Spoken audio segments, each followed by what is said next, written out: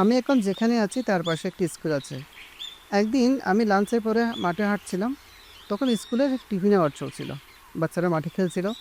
হঠাৎ কতগুলো বাচ্চা মাঠের এক জায়গায় জড়ো হয়ে কি একটা দেখছিল। আমি কাছে যেতেই ওরা বলল, স্যার স্যার দেখেন, কাঠের মতো একটা ব্যাঙ। আমি কাছে গিয়ে দেখলাম সত্যিই তো, এই জিনিস তো আগে কখনো চোখে পড়েনি। গুগল করে দেখলাম এটা এই অঞ্চলের অর্থাৎ দক্ষিণ এশিয়া অঞ্চলের একটি পরিচিত ব্যাঙ। এটি এক ধরনের গেছো ব্যাঙ। এর বৈজ্ঞানিক নাম পলিপিডেটস মেকুলেটাস। একে পাওয়া যায় ঝোপঝাড়ে, গাছে, বিশেষ করে গাছে। এরা খুব ভালো গাছ বাইতে পারে। এদের পায়ের আঙ্গুলে এক ধরনের ডিস্ক রয়েছে, যেগুলো থেকে এক ধরনের শক্তিশালী আঠালো পদার্থ নিঃসৃত হয়, যা তাদের গাছের গায়ে আটকে থাকতে সাহায্য করে।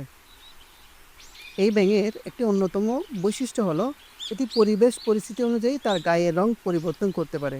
মানে বর্ণচোদা আর কি। কখনো একেবারে সবুজ, আবার কখনো একেবারেই সাদা।